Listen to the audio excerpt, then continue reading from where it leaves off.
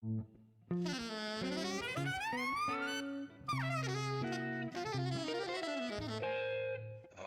Jazz.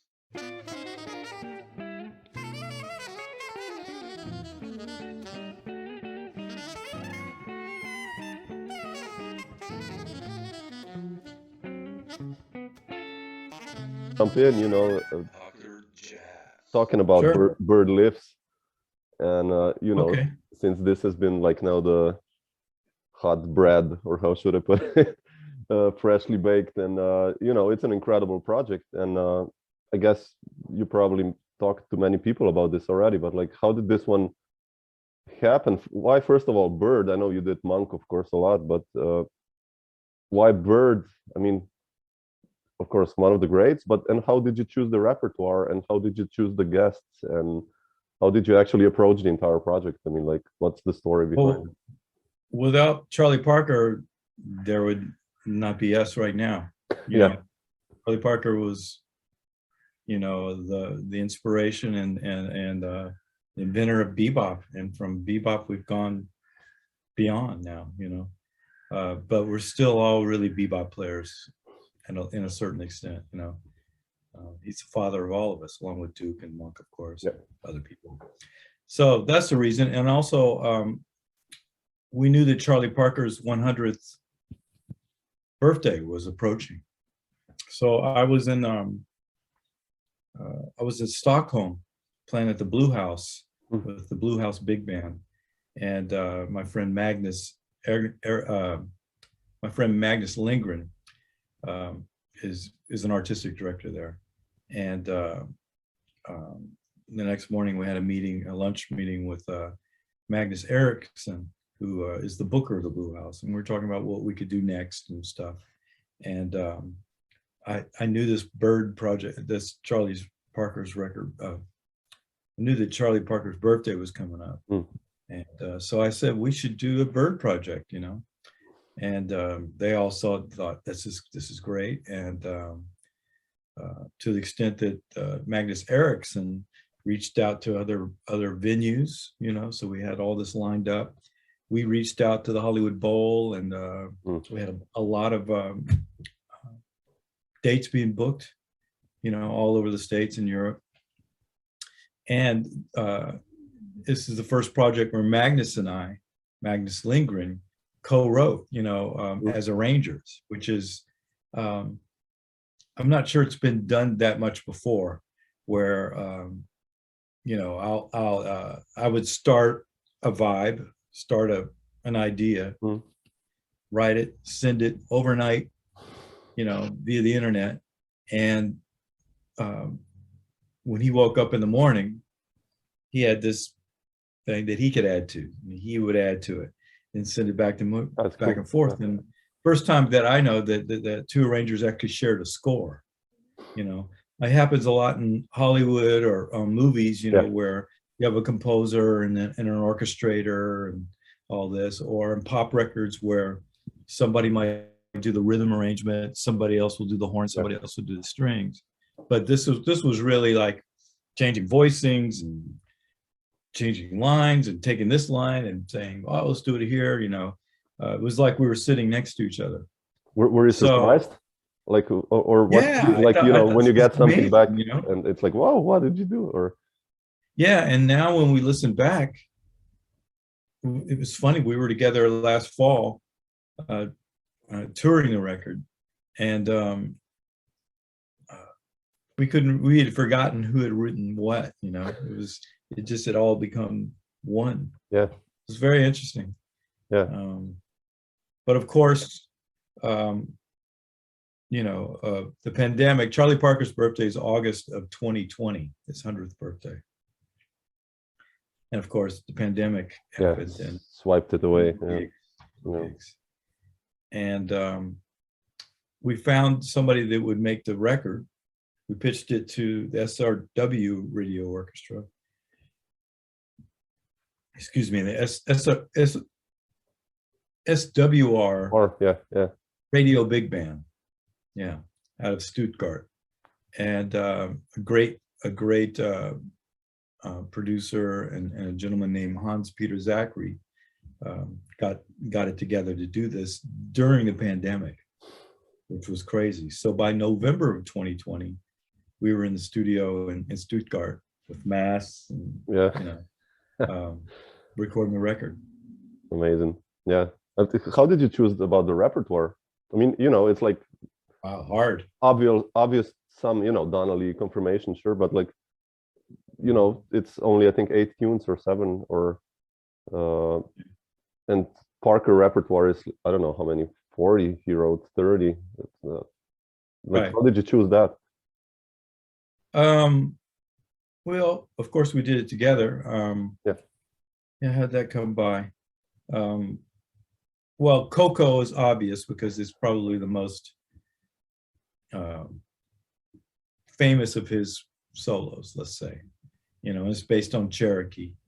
And part of the repertoire it's sort of a continuation of Bird with Strings, because it's a big band with strings. That's what our recording is. So we wanted to sort of keep that in mind. So we did Laura, and I Remember April, and Summertime, which are tunes he recorded. It doesn't sound anything like that record because, here we are in 2020. So we tried to look forward. Bird was studying, Stockhausen and Stravinsky. He was really, I think he was a little disappointed in sort of the conservative nature of Bird with Strings. He plays great on it, but the charts are they're a little corny. But he started this whole idea, of playing looking music with strings and woodwinds and stuff like this, So we wanted to take that a little further. Yeah. What about the guests? I mean, I know you played with many of these guys, of course, before, but like Chris Potter, when he plays the first tune, I think it's like,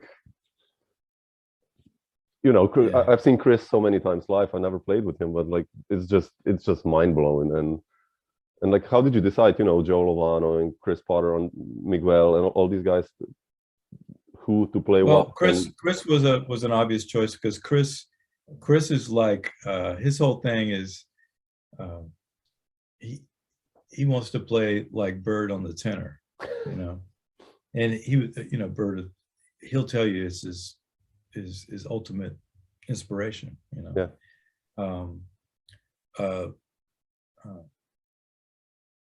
Charles McPherson, he's one of the elders on the record, and he was always, heavily defined by Bird. He has his own voice too, but that was sort of an obvious choice. And plus he's brilliant, he's playing great. You'd be surprised at who turned it down, actually, because they were maybe intimidated to be playing like Bird, like people you would not imagine would maybe be a little intimidated. That was interesting. Wow, interesting. Lovano, of course, jumped right on it. He was into it because we had recorded the tracks already, and they overdubbed. This pandemic, everybody had to overdub, soloists. So just everybody jumped on it. Miguel, of course, to me, he was kind of perfect for Donnelly, because he's super edgy, Alto, it's incredible also. Alto. Who else is on? Tia Fuller, great R&B sort of version of Summertime. Who else do we have on there? Bunch of guys from the band, Magnus. Lindgren playing saxophone. It's beautiful. I mean, it's a nice record. Especially the arrangements, for me, it's like beautiful how you approached it. It's just like, it's hard to do that. It's a hard thing with, what's been done in music, and say like, okay, I'm gonna do Charlie Parker and do it different, or you know, yeah. it's a hard thing to do, but I think it's so beautiful and it's swinging like incredible. So it's amazing. Yeah. We did steal a lot from Charlie Parker, though. You know. But yeah, sure. But yeah, it was a great source. Yeah, you know, sure. It's like mining for gold. It's you hit the gold mine. You know. Yeah, yeah. A lot of material there to glean from, even if it wasn't part of that song. You know, there's a point in the arrangement of Coco where these all these, you know, the brass and lines, yeah, and the strings are going back and forth with all these Charlie Parker lines that are from different tunes. You know, they're like sort of iconic licks. Yeah, you know. Yeah, I like that. I like doing that also. I sometimes transcribe some solos, I don't know, by Lovano and, you know, or whoever, Potter actually, taking just like a short line, a snippet, like, you know, 20 notes, and then just making a head from this, or like, you know, stretching it. And it's a nice thing with Parker. That's right. That's even nicer, maybe, of course, because, you know, it's Parker in a way. So it's quite cool. Are you a saxophone player? No, I play guitar. Guitarist. Yeah, but I transcribe only saxophone players, I think, like just to get a legato, you know, flow going on and the breathing, and it's kind of makes more, it's more natural to avoid shredding. That's you know, yeah, we got to breathe. But John, I wanted to ask you, you know, it's an orchestra project, this one, and a huge band, and before you did like big bands, the Monkestra, and when did this love for the big sound start for you? And do you remember the first time, like the Monkestra, when did that idea happen, you know? And leading a group like this, like having a group like this also on the road, what does it take for you? It must be like a huge effort. And yeah. Well, you know, for me, it started out when I was a kid. You know, my mom was a band director, you know, high school, junior high band director. My grandfather was a band director. My dad's a musician, so I was always going to rehearsals. I remember seeing big bands just when I was two feet high, 3 years old, you know. So I was always kind of fascinated by that. And then some of my first jazz records, you know, was Quincy Jones, Walking in Space. Oh, wow. And interesting. And Thad Jones and Mel Lewis. And when I was a kid, I would play the records, you know. That's how I learned how to play. So much of how I learned how to play. And I was a kid still too, so I would be pretending like I was in those bands, you know, playing with those cats, you know, playing along the record. So my fascination with arranging happened way early. And then, of course, you know, I got into playing bebop piano and all this stuff. And by the time I got in my 20s, you know, I'd moved to LA, and I started doing studio work, you know, and writing and all this. So that's sort of a large ensemble as well, you know. We write for TV shows and commercials. So that skill kind of got transferred over to media. And then I didn't really write any big band music at all, you know, and during that period. Sure, I wrote for horns and stuff. It wasn't like, you know, the traditional setup. So I was an arranger on American Idol, of all things, for really 14 years. Really? You know, yeah, because they used to have live bands, you know. Big, you know, sort of a big band, studio orchestra. So I was still writing on the score by hand. Wow, man! And at a certain point, you know, it would take me as long to set up the score as it would to write the chart. You know, so the copyists recommended Sibelius. So on the break, and that show, you know, it was a 3 month out of the year. It wasn't like solid, you know, which was great actually. So it allowed me to do other things. So I decided to learn Sibelius, and to learn it, I chose epistrophe. And I said, well, I might as well write a big band chart. I haven't done one in a long time. So I'm going to choose monk because I want, not only do I want to learn to write with Sibelius, I want to experiment, with 20th century harmony, or if you will, 21st century harmony. And, so that's what I did. And about halfway through the process, I realized, wow, man, I could really, monk has always spoke to me, but I can manipulate it and stop and start and use crunchy chords and, put different grooves and, it just, this light bulb, bing, went off, right? And it inspired me. So I did that one. Then I got a commission to write Ask Me Now, another one of Monk's tunes, just by chance, around that same time. And I had fun doing that. I realized I could make these ostinatos, sort of monkey things happen. And it was good. So I had these two charts, and I called a bunch of friends who are still in the band, and we met at the Musicians Union. They have these rehearsal rooms there. And we got together and we read them down, and everybody seemed to have fun. So that summer I kept writing, and I think by the fall I had maybe 5 or 6 songs. And we booked a club date, a place in LA called the Blue Whale, and with a big band, small place, and people responded, and that's kind of how we got started. Sort of by chance. That's beautiful. I mean, I have your records that you did in the 90s, and I love the trio stuff, with Robert and Vinnie, and that's just killing. And the Herbie project, I have you on so many records at home, but lately you've been doing lots of this bigger sounds, orchestras, and it's just, it's a big undertaking. I've so far I've done only like a 14-piece string orchestra, and that was already a lot of work. So I can just imagine for you, like already to have people in front of you and charts and like hearing everything. It's a big one. There's nothing like standing in front of an orchestra and hearing your music played back at you. That's a big thrill.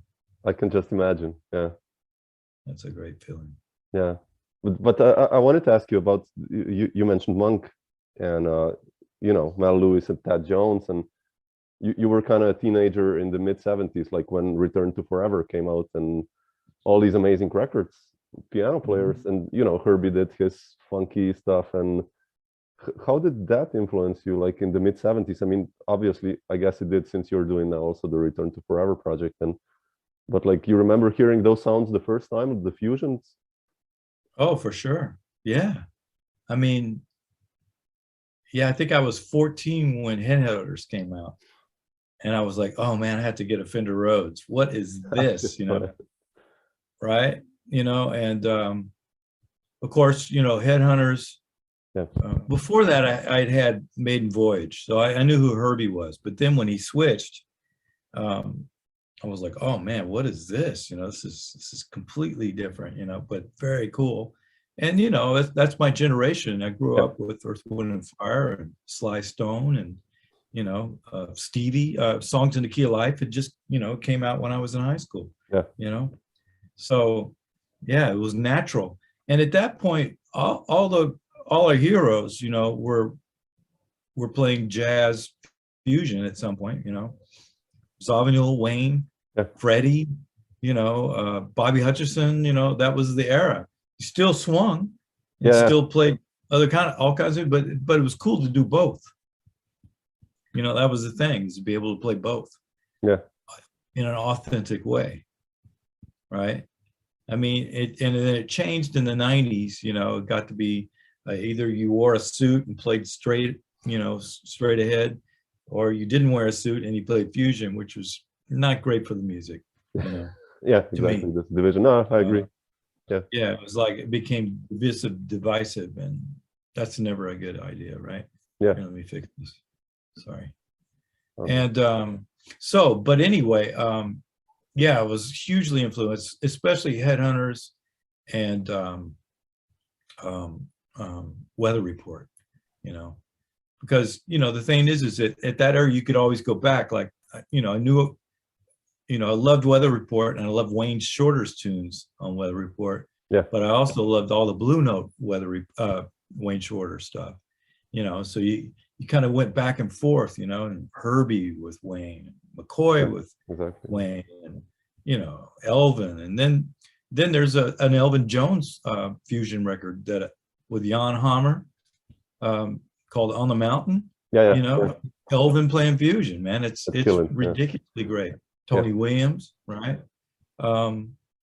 So yeah, I was hugely and still am influenced by that era of music, you know, and it allowed me as a young guy to see that, you know, here's my idol Herbie and Joe Zawinul and Chick playing synthesizers, but also still playing acoustic piano. So when I got into doing studio work, I had a head start because I was already into synthesizers and, you know, programming and all this stuff. So yeah, it kind of broadened my, you know, my horizons, my outlook on music in a big way. You know? Yeah, it's good to see these guys that you mentioned. I mean, it's also with you the case, like, you know, in a career that they can do anything or you can do anything, you know. Yeah.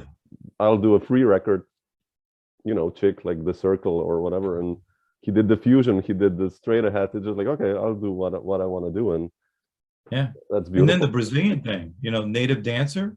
Yeah. Wow. Oh yeah. That record changed my life. Yeah. You know, so did Light as a Feather. That record.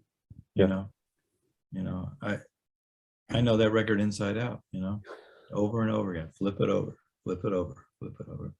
Yeah. Incredible. Is how did then, you know, talking about Latin kind of more oriented stuff, I mean, how did the connection with Sergio Mendes happen then, and with you, and, you know, you dig in this Latin American rhythms and the Brazilian stuff? Like, how did you get that gig actually? I mean, it was, I guess, a huge one for you because you started touring, right? Yeah, I got introduced, started learning about Brazilian music, and, you know, I knew who Jobim was, you know, sure. Joel Gilberto. I knew all the classic stuff. I think I was 20 years old when I joined Sergio. I was very young. But I'd been playing in a Afro-Cuban band with Ray Armando and Bobby Matos, and Essie Essiet was the bass player. Oh, wow. Yeah, and Who Stole Mario? So I was learning montunos and how to play with the clave and all this. They were teaching me this, and we're doing gigs and stuff. And some percussionists had come by the rehearsal, said, hey, you know, Sergio Mendes is looking for a second keyboard player. You know, this was the era where, you know, bands started using two keyboards, you know, one synthesizer guy, one. And so I auditioned. I went to his house and auditioned, and he liked me. I didn't even, you know, I don't even know if I had a synthesizer. So we went to the store and he bought a synth, you know, and I did have a synthesizer. I had an ARP Odyssey, you know, so I knew how to program. So that was good. So I was, you know, I was learning the brass and string parts and from the records and playing those on a synth. And but in the band was Sebastian Neto, you know, the original bass player was Jobim. Original bass player, I think, in Brazil '66. Oscar Castroneves was in the band. Oh, really? Oh, man. All these heavy cats. So they were you know, like we do with jazz, we bring our young along, you know, we teach them when we're on the road and playing together, you know, that's how it happens. And so, you know, they're playing me Gilberto Gil and Edu Lobo, and I was just like, ha. And then finally Sergio, after a month or two, he says, you know, I have this artist that I want to record some of his songs. You know, his name is Ivan Lins, and he had a cassette tape of Yvonne playing all those incredible songs. Yeah. On Sergio's piano in his house in Brazil. Oh wow. It was just very, very how should I say, simple, but you know, homey. And so he gave me the tape. He said, I want you to transcribe these voicings in the songs, because I really like the voicings, And so I did. He said he's going to pay me, so he did. And a couple months later, I brought it back. And in the meantime, I'm falling in love, with this music, man. Ivan Lins is a huge influence on me. Beautiful, yeah. Yeah, and then of course I had all those. I went and got the records like El Norte and Harlequin and the classic '70s Ivan Lins records with the orchestra, and it's just amazing to me. I could those are desert island records for me too. I could put that record on today, and it will make me feel great. If I'm feeling a little low, put on one of those records, and I'm like, thank you. So I got through, and I had a stack of paper and gave it to Sergio, and he says, "Oh, kid, that's right. I don't read music. That's for you." So he hired me to learn this music, knowing that it would be good for me, but also good for him. For him, sure. Yeah. That's good. So and then it was the first gig that I actually went out of the country, and started traveling all over the world with. He was very, very good for me. Did you like this when you guys, when you started coming to Europe and everywhere, being like, I don't know, 21, 20, you remember those first tours? How was that like for you? Sure. I think our first tour was Israel, actually. Really? Oh, man. 2 weeks in Israel, so it's amazing,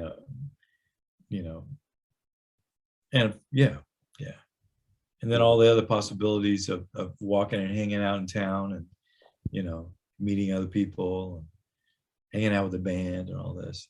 We did I think that first year we did Israel, the Far East, wow, Paris, London.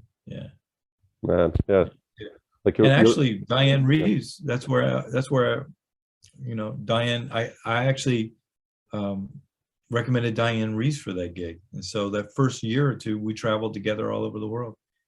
And we've been friends ever since. Yeah, that's incredible, man. Yeah. I mean, like, being 20 and touring already, 21, that must have been like,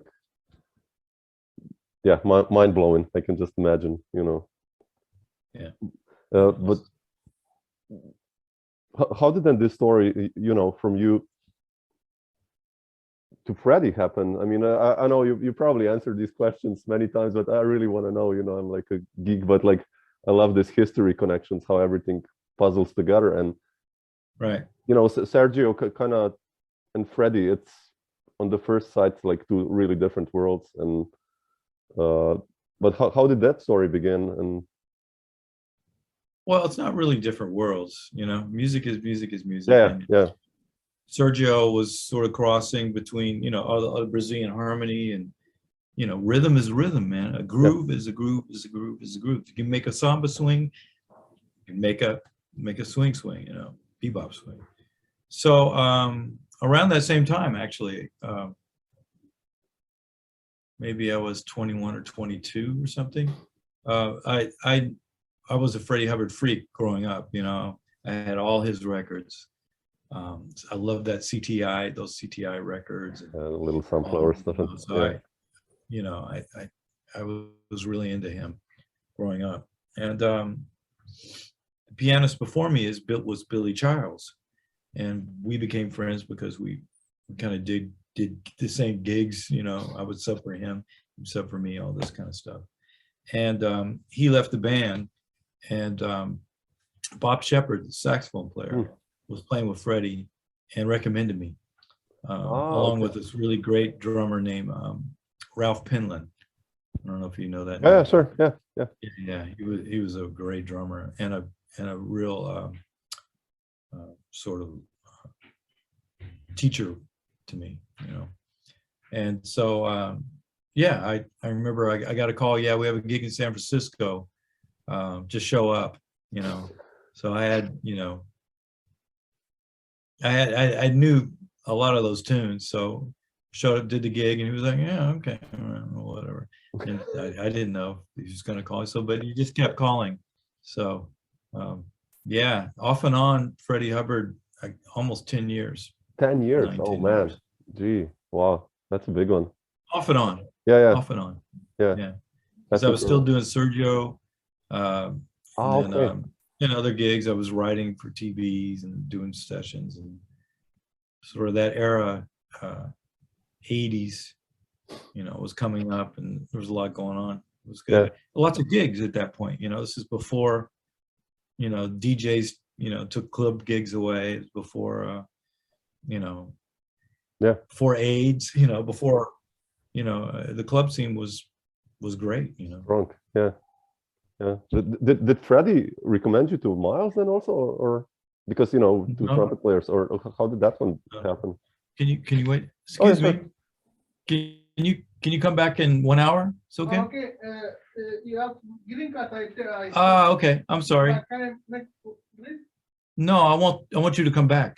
There's no problem. We make later. Okay. Thank you. Sorry. No problem. I'm in a hotel. So that's the maid. Yeah. The cleaning service. So I forgot where I was. Sorry. No, yeah. I just wanted to ask you about how did the gig with Miles happen? You know, going from one trumpet player to other. I mean, yeah, it was cool. Let's see. Oh yeah. Okay. So, you know, like I said, the club scene was really happening. You know, so I had this band with Vinnie Colaiuta and Gary Willis. Really? Steve Tavaglione. Really? Oh and man. This was like sort of like late 80s. Yeah. Yeah, it was called Audio Mind. There's some bootlegs actually out. Oh man, I have to search this. Wow. No, but they're bootlegs from the gigs, you know. Oh. Yeah. So this was the late 80s, and you know, smooth jazz was starting to happen, you know, in LA, and we decided we were going to be the anti-smooth jazz guys.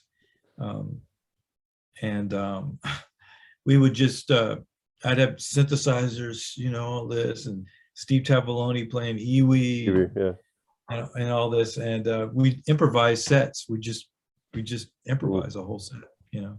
It was really a fun band. But because Vinnie was in the band, all the drummers, of course, would come, you know, sit in the corner and watch Vinnie. And one of the drummers that would come was a guy named Vince Wilburn, who was Miles' nephew, also was playing drums with Miles. And he said, yeah, make me a tape, man. I'll give it to Miles, or I like what you play or whatever. We became friends. So at that point, it was still cassettes. So I went back to my home studio, and I had an Elisa's HR 16 drum machine. I don't know if you remember those things. Yeah. The small thing. It was actually a great sounding drum machine. I just put a couple grooves on and improvised, you know, my thing, and gave it back to Vince, and told myself I was going to forget about it. Yeah. Right. You know, I don't want to think, you know. And a couple months later, I was in Miami, and you know, Miles called the house, and my wife answered. She said, "Okay, yeah, I'll call John and let him know you called." So she calls me, you know, and I say, "This is a joke somebody's playing." You know, it's typical, right? Somebody's just playing a joke. And so I called the number, and it was him. You know, he answered the phone. He said, "Yeah, man, I want you to join the band." And I said, this is so stupid. My first thing to him was like, "Are you sure?" You know, totally lame answer, you know. But yeah. A couple of months later, I was in New York rehearsing, and off to Europe. How was the first gig for you? Do you remember that? Like, were you the first gig? I think was scared. In Rome. I mean, like, or you know, like, or was it well, completely relaxed? I mean, I wasn't so scared as I was just aware. Yeah. You know, we rehearsed for about 2 weeks. Wow. So I was pretty prepared. But after that first tour, I got home and I could hear everything, man. It was wild because I was listening so hard to him. It's something about the way he commands you to listen, you know, not in a verbal way saying, listen to me or anything like that. Just the way he plays, that tone and his vibe, you know, it just brings everybody together, right? So I get home and do gigs with other people, with Freddie or who knows. And I was like, oh man, I could really hear. Yeah, it's beautiful. Yeah. That was it. It was really a great lesson in a way, you know? Yeah. Did he ever give you like instructions what to play, or did you guys talk about how to play it, or it was just all like... the time? Oh, really? Oh, oh yeah. Yeah. You know, this version of Miles's band, excuse me. This version of Miles's band was, you know, it's the sort of R&B vibe he was into. Yeah. So we were playing the music from a mandala and tutu mostly. So it's very orchestrated parts and stuff like that. And then there'd be these vamp sections where I would comp for him and Kenny, you know. So, you know, he would always, the really hip thing about Miles is that he would listen to all the show tapes. Really? You know. Oh, wow. Either that night or the next day before the next show, and have comments for most of us, you know. Wow, man. Kind of every day. You either want differently or something you weren't doing maybe correctly, or not so much that, but, you know, something you wanted to tweak a little bit, right? Yeah. Yeah, there was always comments and, you know, funny things about maybe the way you play, you know, and like he said, don't stop using your left hand when you solo, right? Don't comp for yourself, you know, which is really hard for a pianist because our thing is that we play a line and we comp for ourselves, you know, and that's why, you know, if you listen to Red Garland and you know, Herbie, Chick, when they play with Miles, they solo like this or like this together. Block chords. That's what he meant by block chords. Yeah. Don't be cluttering up. Let the drummer have some, you know. So that was a big lesson. I'm still working on that, but you know, that's the thing is that, you know, he'd say things and I'm still sort of getting, you know. I can imagine. Yeah. How did then Cauldron happen? I listened to it today before our talk. Oh, just to get into the vibe, like, you know, of your music. And I think Cauldron was 30 years ago. Yeah. This month. Yeah. I believe released. Yeah. Yeah. And it's really still, you know, the arrangements and the tunes you wrote, like that Catalina and Sierra. It's beautiful tunes. But how did you feel you're ready to become a band leader? Like, when was that moment? I was already leading bands actually by that time. But just to release it, I mean, to record it, like, how was that story? I started, I guess in the mid 80s, I started recording a lot of sessions with Walter Becker from Steely Dan. Yeah, really? He started kind of coming out of retirement then. And we worked on a Michael Franks record together, and who else? I mean, I met him working on Ricky Lee Jones' record, Flying Cowboys. So I was on that session for about a week, and that's when I got called to work with Miles. And at that time, you know, my wife was pregnant, you know, and I was sort of torn whether I should take the gig or not, to be honest. You know? Yeah, sure.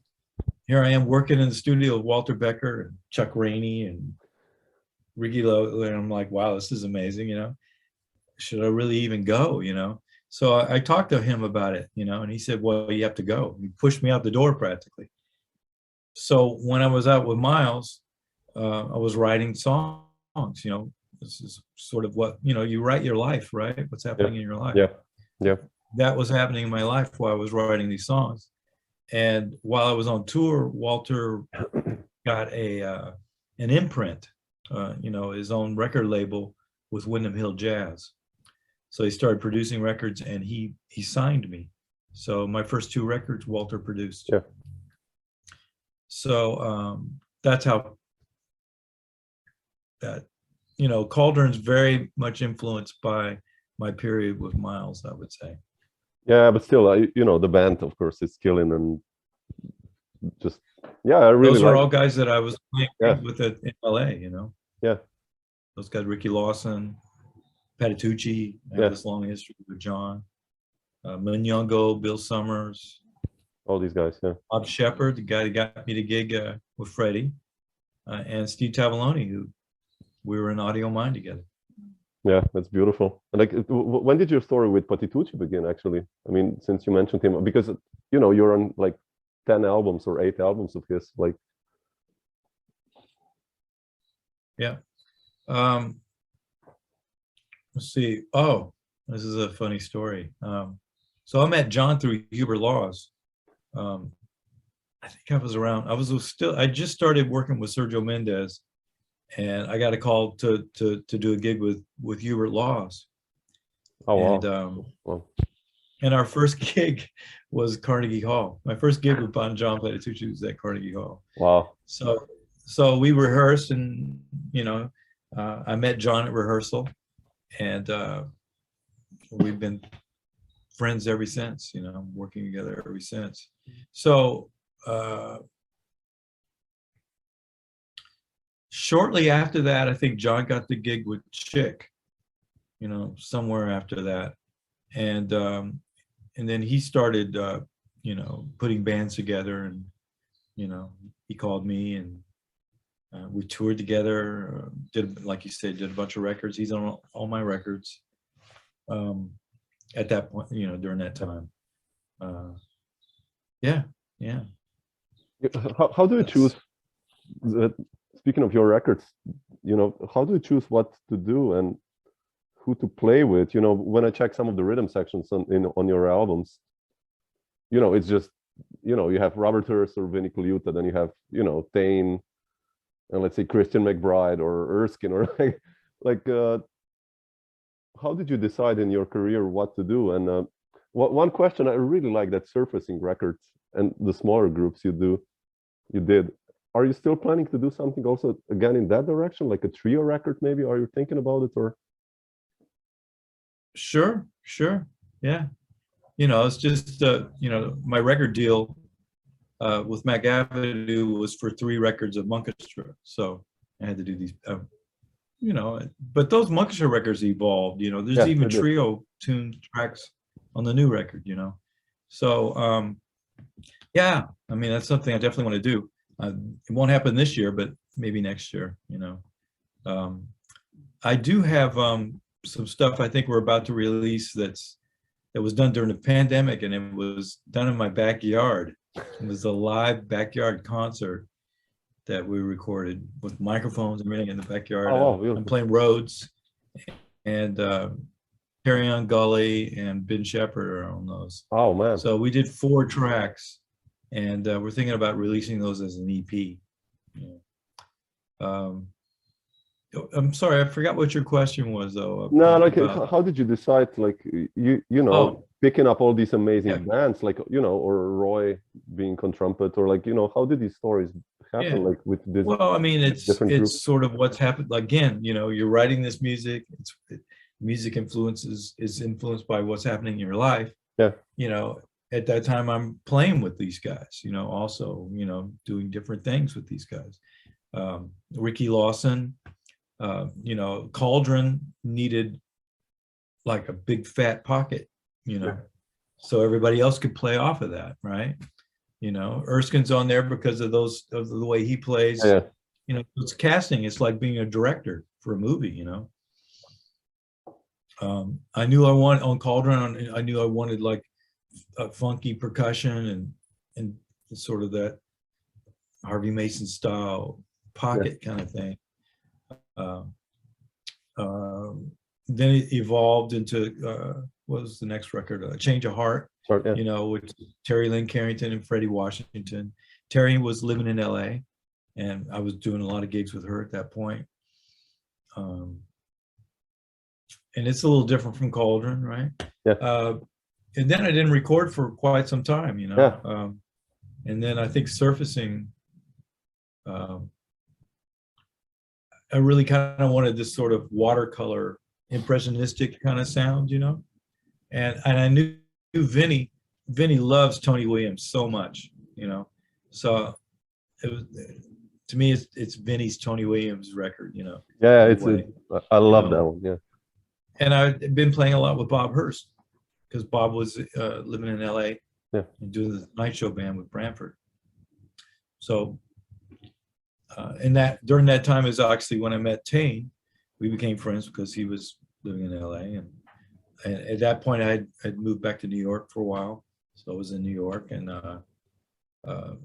you know, McBride and I used to play with Freddie together.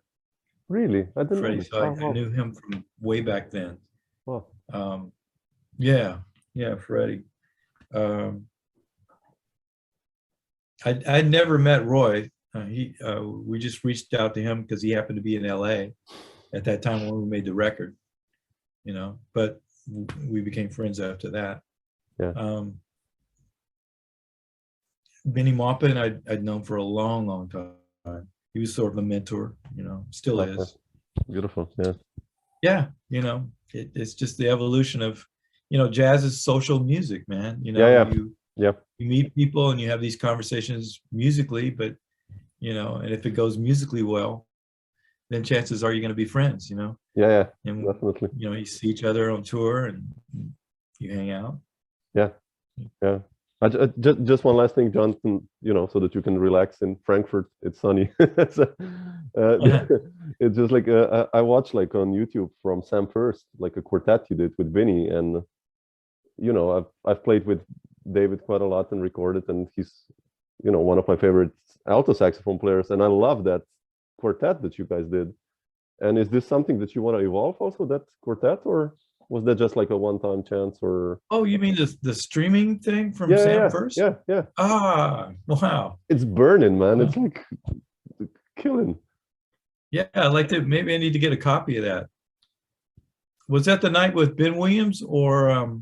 It's with Edwin and Davis. What is John Davis? Yeah, on drums. Yeah. Edwin. Okay. Yeah. Right. Because we did 2 nights. One night was Ben Williams. The next night was Edwin. Really? Yeah, I should hear that, man. Do you have a copy of it? Well, it's on YouTube. So it's on YouTube. Yeah. The entire thing. It's beautiful. It's on a the video. Sam First. Yeah. Go to Sam First. Ah, okay. Yeah. Check it out. It's, all right. I was like, man, you didn't know you guys play together, and it's like killing what you do. It's like really, it's a burden. I love Dave. Yeah, Dave is he's an explorer. Yeah. Definitely. Right. Yeah. He's cool. Beautiful. Yeah. Cool. Where are you living? Where are you? I'm in Slovenia. Slovenia, yeah. Yeah, you ever played here? I have. Really? Yeah. Well, when? With whom? Do you remember? Or? I was there a long time ago with Patitucci. Really?